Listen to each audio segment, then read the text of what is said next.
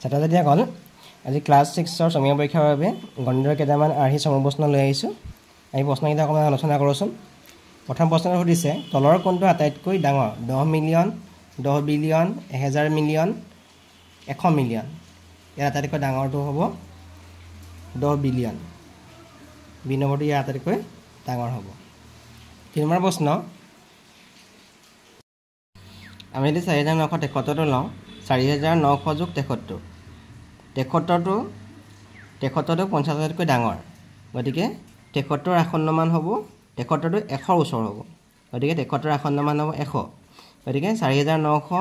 যোগ 100 কৰিলে হ'ব 5000 গতিকে ডি নম্বৰটো ইয়াৰ শুদ্ধ উত্তৰ হ'ব আমি যদি 3 নম্বৰটো চাওঁ তলৰ ৰোমান সংখ্যাবোৰক হিন্দু আৰবীয় সংখ্যাত প্ৰকাশ কৰিলে কোনটো ক্ৰম শুদ্ধ হ'ব আমি জানো যে এল মানে হ'ল 50 যদি আমি এল এক্স এক্স লওঁ এক্স মানে হ'ব 10 50 প্লাছ 10 প্লাছ 10 ইকুৱেল টু 70 এক নম্বৰটো যাব আমাৰ মিলিব 70 লে আকৌ যদি আমি চি লওঁ চি মানে হ'ব 100 যদি এক্স চি লওঁ এক্স চি ল'বলৈ হ'লে 100 এক্স মানে হ'ল 10 যদি এক্সটো আগত থাকে আমি 10টা বিয়োগ কৰিব লাগিব এক্স চি মানে হ'ব 90 আকৌ এক্স চি ভি আছে এক্স চি ভি ভি মানে হ'ব 5 গতিকে 90 প্লাছ 5 ইকুৱেল টু 95 গতিকে এক্স চি ভি মানে হ'ব 95 এইটো 3 নম্বৰলৈ যাব আকৌ ভি আই ওপৰত 8000 দিলে ভি আই মানে হ'ল 6 ওপৰত 8000 দিলে 1000 পূৰণ হৈ যায় ভি আই মানে হ'ল 6 পূৰণ 1000 তাৰমানে হ'ব 6000 এইটো হ'ব 2 নম্বৰলৈ গ'ল এতিয়া আমি দেখিলোঁ এটো গ'ল 1লে বিটো গ'ল 3লে আৰু চিটো গ'ল 2লে গতিকে এইটো শুদ্ধ হ'ব এটো গ'ল 1লে বি 3 আৰু চি 2 গতিকে বিটো ইয়াৰ শুদ্ধ উত্তৰ 4 নম্বৰ প্ৰশ্ন ক অংশ আৰু খ অংশ মিলাই শুদ্ধ ক্ৰমটো বাছনি কৰা আমাক দিছে প্ৰথমটো এটা মৌলিক সংখ্যা আমি যদি ইয়াত চাওঁ মৌলিক সংখ্যাটো হ'ব 233টো মৌলিক সংখ্যা হ'ব 123ৰ আগৰ ঠিক আগৰ অযুগ্ম সংখ্যা 123ৰ আগৰ অযুগ্ম সংখ্যা আমি যদি চাওঁ 123ৰ আগত আছে 122 আৰু 121 122টো অযুগ্ম সংখ্যা নহয় 122টো যুগ্ম সংখ্যা গতিকে 123ৰ আগৰ অযুগ্ম সংখ্যাটো হ'ব 121 300ৰ ঠিক পাছৰ যুগ্ম সংখ্যা 300ৰ ঠিক পাছৰ যুগ্ম সংখ্যাটো হ'ব 302 ইয়াত আমি দেখিলোঁ 1 নম্বৰটো গ'ল বিলে 1 নম্বৰটো যে গ'ল বিলে 2 নম্বৰটো গ'ল এ আৰু 3 নম্বৰটো গ'ল চি এইটো শুদ্ধ হ'ব গতিকে বি নম্বৰটো ইয়াৰ শুদ্ধ উত্তৰ তলৰ কোনটো সংখ্যা 8ৰে বিভাজ্য হ'ব 8ৰে বিভাজ্য হোৱাৰ নিয়মটো আছিলে আমি সংখ্যাটোৰ শেষৰ 3টা অংক আমি চাব লাগে শেষৰ 3টা অংক যদি শেষৰ 3টা অংকত থকা সংখ্যাটো যদি শূন্য হয় গোটেইকেইটা শূন্য হয় তেনেহ'লে 8ৰে বিভাজ্য হ'ব আৰু শেষৰ 3টা অংকত থকা সংখ্যাকেইটা যদি 8ৰে বিভাজ্য হয় তেতিয়াহ'লে সংখ্যাটো 8ৰে বিভাজ্য হয় ইয়াত চাইছোঁ আমি 001 শেষৰ 3টা অংক 001 গতিকে এইটো 8ৰে বিভাজ্য নহ'ব 234টো আমি হৰণ যদি কৰোঁ এইটো 8ৰে বিভাজ্য নহ'ব 650 এইটো যদি আমি 8ৰে হৰণ কৰোঁ 8ৰে এইটো বিভাজ্য নহ'ব আমি যদি 408টো চাওঁ 408 যদি 8ৰে হৰণ কৰোঁ আমি 8 5 গুণ 40 8 থাকিলে 8 গুণ 8 এইটো 8ৰে বিভাজ্য হ'ল মানে ইয়াৰ ভাগে শূন্য হ'ল গতিকে এই গোটেই সংখ্যাটো 8ৰে বিভাজ্য হ'ব 2408 সংখ্যাটো 8ৰে বিভাজ্য ডি নম্বৰটো ইয়াৰ শুদ্ধ উত্তৰ 6 নম্বৰ প্ৰশ্ন কাষৰ বৃত্তৰ পৰা ক অংশৰ লগত খ অংশৰ শুদ্ধ ক্ৰমটো বাছনি কৰা আমাৰ চিত্ৰটো চাবলৈ কৈছে